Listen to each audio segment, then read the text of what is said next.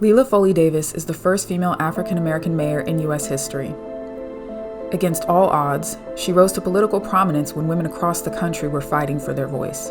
She is still alive today, and for the last 50 years she has been fighting to save her legacy and her town.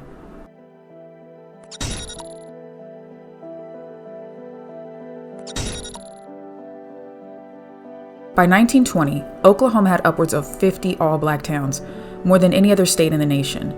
During a time of racial tensions, these black communities flourished. Each town had its own unique and rich history.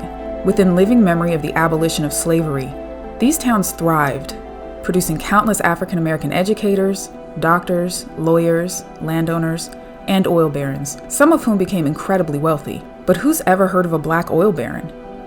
These African American communities accomplished what many thought was impossible, but these stories are missing from our history books. No one is holding them up as aspirational examples of what's possible in our communities today, at a time when we need stories like Lelia's more than ever.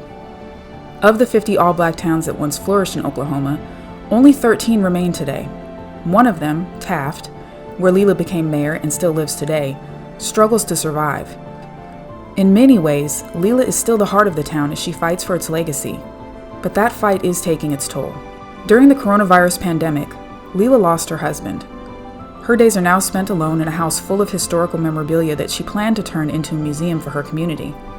The house, like the town around her, is in slow decline, but she continues to fight. One of Lena's dreams is to have her story told through a documentary. Years ago, she signed a photograph for Tyler Perry, hoping she could find a way to get it to him to inspire him to make the film. The picture sits in a stack of her memorabilia, mementos that carry so much history for women, for the black community, and for our shared legacy. Lelia and her story are infectious. Her will to fight and pass something on to the next generation is something special. But as she says, there can only be one first, and once it's gone, it is gone forever.